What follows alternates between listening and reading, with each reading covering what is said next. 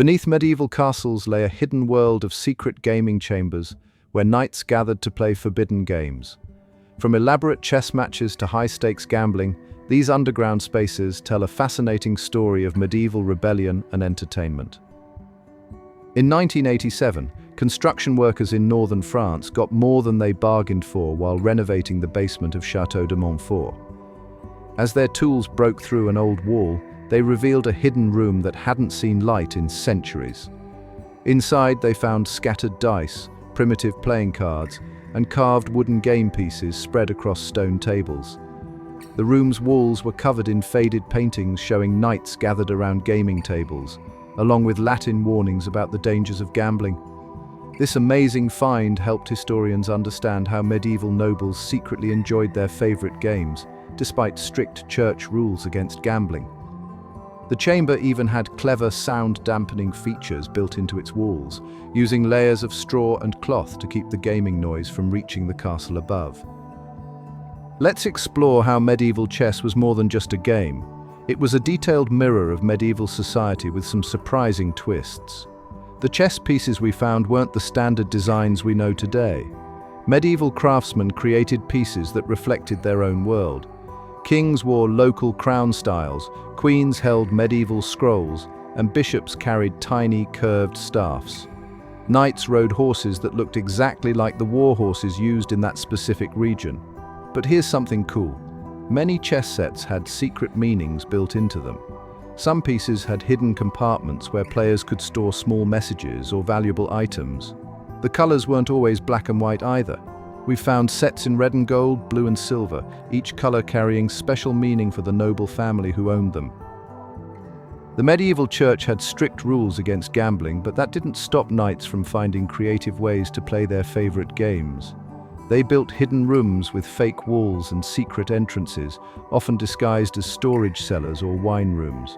Some castles even had special warning systems. Servants would pull hidden ropes to ring silent bells, alerting players if church officials were approaching.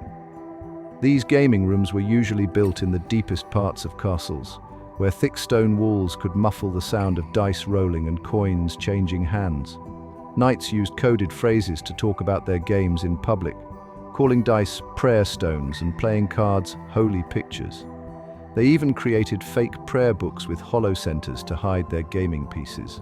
Most clever of all, some knights claimed they were hosting strategy meetings when they were actually gathering for late-night gambling sessions. Nine Men's Morris wasn't just a simple board game, it was the center of a secret medieval gaming network that spread across Europe's castles. Archaeological evidence shows that nobles organized underground tournaments, with players traveling between castles using coded messages to arrange matches. The game boards were often carved into castle tables or stone floors, and we found identical board designs in castles hundreds of miles apart. Players developed special hand signals and moves named after local landmarks to communicate their strategies secretly. The winners would receive valuable prizes, from gold coins to precious manuscripts, all carefully recorded in hidden ledgers. Some castles even had special Morris rooms with viewing galleries where other nobles could watch the matches, complete with clever acoustics that let spectators hear the quiet click of game pieces without the sound traveling outside. Games weren't just for fun in medieval castles. They were also clever tools for passing secret messages. Knights developed an amazing system using game boards as hidden communication devices. They would place game pieces in special patterns that looked normal to others but contained coded messages. A bishop placed in a certain square might mean danger, while a specific arrangement of pawns could warn about upcoming church inspections. The most clever part? They carved tiny symbols into game pieces that looked like ordinary wear and tear. These marks formed a secret alphabet that let knights write messages right under everyone's noses. Some game boards even had false bottoms where players could hide small scrolls. The boards themselves sometimes had secret meanings. Certain decorative patterns around the edges were actually maps showing safe travel routes between castles. Let's look at what archaeologists have found about medieval gambling through dice discoveries. These weren't your ordinary game pieces. They were made from expensive materials like ivory, silver, and even precious gems. Recent digs have uncovered loaded dice in castle ruins, showing that some medieval players weren't above cheating. The most exciting finds came from castle moats, where knights would toss evidence of their gambling when church officials visited. Scientists found dice with special markings that helped players track debts and winnings. One remarkable discovery was a set of golden dice with tiny compartments inside, perfect for hiding small messages or valuable items. The stakes in these games were incredibly high. Records show knights betting entire estates, horses, and even their armor on a single throw. Some dice even had curse words carved into them in Latin, showing the frustration of losing players.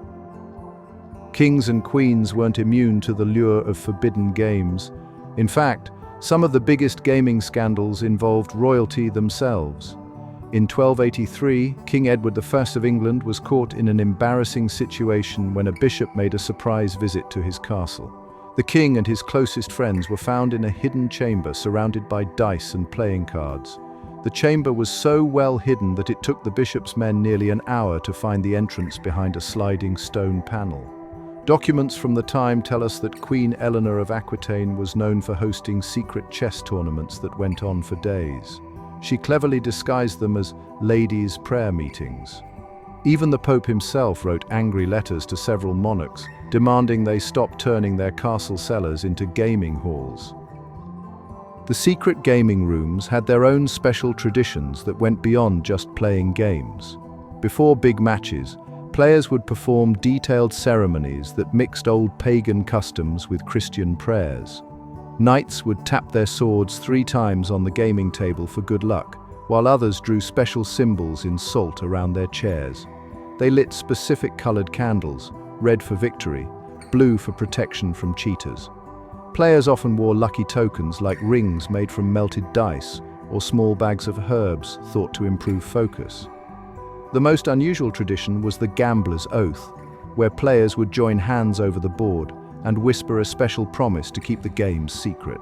Some castles even had dedicated servants called game wardens who blessed the dice with holy water and made sure no one was sneaking in loaded dice or marked cards. Medieval builders were masters at hiding gaming rooms, using clever architectural tricks that would impress even modern designers. They created false walls that pivoted on hidden stone pins and built special channels in the walls that carried sounds of approaching footsteps to the gaming room. Some castles had hollow spaces between floors where they installed rope and pulley systems. Pull one stone in the kitchen, and a warning bell would silently ring in the gaming room. Builders also added fake support columns that were actually secret passages, and designed special ventilation shafts that looked like normal chimneys, but helped carry away smoke from gaming room candles. They even installed water systems that could quickly flood the rooms, washing away any evidence of gambling if authorities showed up unexpectedly. Modern technology is revealing medieval gaming secrets in ways that would amaze the knights who once played these games. Ground-penetrating radar helps us find hidden chambers without damaging castle walls, showing spaces that match the exact size of gaming rooms. 3D scanning of game pieces has revealed tiny marks invisible to the naked eye, secret symbols and messages carved by medieval players. Chemical analysis of old dice shows traces of gold paint and expensive dyes, telling us these weren't just simple toys but valuable objects. Archaeologists now use special lights that make old paint visible, showing us colorful gaming scenes on walls that look blank today. Digital mapping helps connect similar gaming rooms across different castles, revealing a huge network of medieval gaming spots. Thanks for joining us on this journey through medieval gaming's hidden world. These secret chambers show us how people found ways to have fun, even with strict rules. If you enjoyed this medieval mystery, hit like, subscribe, and share with your fellow history fans.